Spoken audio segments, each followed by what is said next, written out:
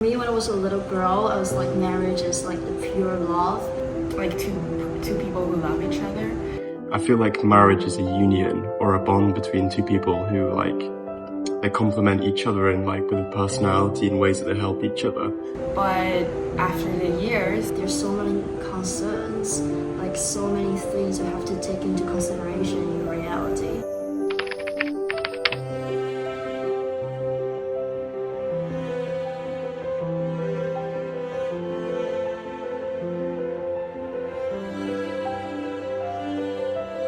What is the Western social norms for finding a partner or getting married? I think the Western norms for finding a partner and getting married, it's more gone from traditionally it was you find someone for life, you only find one person, and as you've gotten more towards the modern times, it's more become like a hookup culture.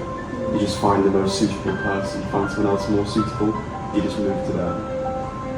I feel like my culture affects my ideas on marriage. For the time expectancy to get married, but for the person who you marry, it's more seen as whoever's best for you, not really restrictions on who you can date, who you can go out with.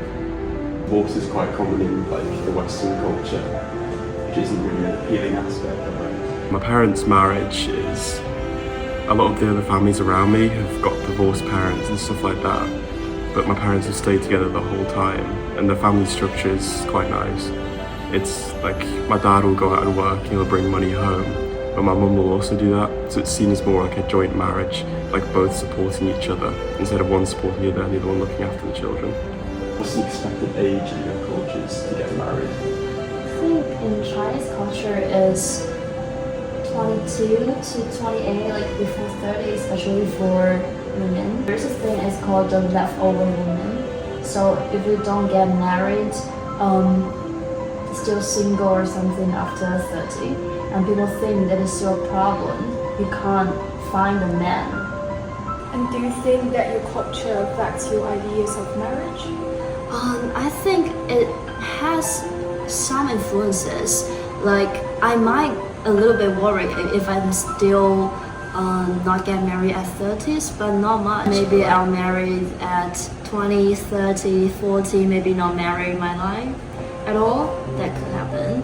My parents, they met in college, and after a 4 or 5 years relationship, after 2 years of graduation, they get married, and another year later they had me. And they're still together, living a happy life. So for me, it's marriage is really about to find a man you really love and want to spend the rest of your time with. If I didn't meet the man, I would not really try to find a husband rather than a partner. my mom was married very early. He was married at 24. My auntie was married at 20, and they also got pregnant quickly. My parents, what made me really relieved was my dad told me you need to find yourself first, have a stable career, whatever, pursue your dreams, and do not get into a rush. Not here, but more so back in Somalia. There's a lot more pressure. We're meant to, because I think there's a lot of things going on over there for the girls. What they do is they grow up, they know what they need to do, and then they get married and then have kids, and the cycle repeats. But here, I know for me and my family, they would rather I go to uni, get my education, get a job, and then what happens is what happens. And then that's more or less the same for everyone in my family. How does your parents' opinions towards marriage influence yours? My parents' opinion is massive, because at the end of it, their say is final.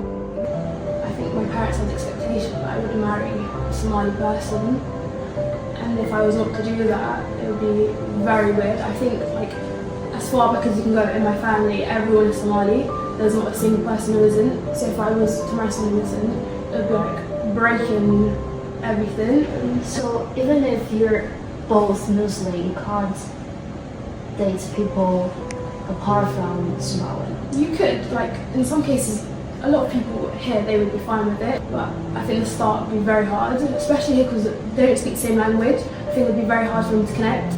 I think it has like affected a lot my judgment. I was born and raised in Spain, but I was still raised in a quite traditional Chinese cultural family. They told me like completely no other cultures, races, like it must be Chinese. The first option would be to marry a man who is from your same city. Because if it's not from the same city, a phrase that I've heard a lot was, oh, he's not from Wenzhou, he's from another place, he thinks differently. So it's even different for every city in the country. For me, even though I am born and raised in a Chinese traditional family, but my family is quite open for me to find whatever I like, whoever I like. Like right now, I have a British boyfriend, and they like my whole family know about it. Most family are thinking of marry someone who has a similar economic backgrounds, cultural backgrounds, or married to the richer people, something like that. And also there's like a tradition in Chinese culture. Before the wedding, when doing the engagement, both the groom's and bride's family, they will sit down and discuss about their weddings, and also like both of the family would give a certain amount, like a big amount of money to the new family to let them build their own family. It's like that. And usually the groom's family, they have to offer more and have to be at the requirements of the bride's family. Yes, they do kind of repeat a lot that you need to find a person who is very similar or better than you economically. My parents' opinions on marriage, they don't really have much of an opinion, just whoever's healthy for me. They're happy with that. There's not really any expectations on who I should marry and who I shouldn't. If you find someone you love, it's a way to like unionize and spend the rest of your life with them. As long as this person is good for me and I'm enjoying my life, they're happy. We can overcome the cultural differences. We can learn more things.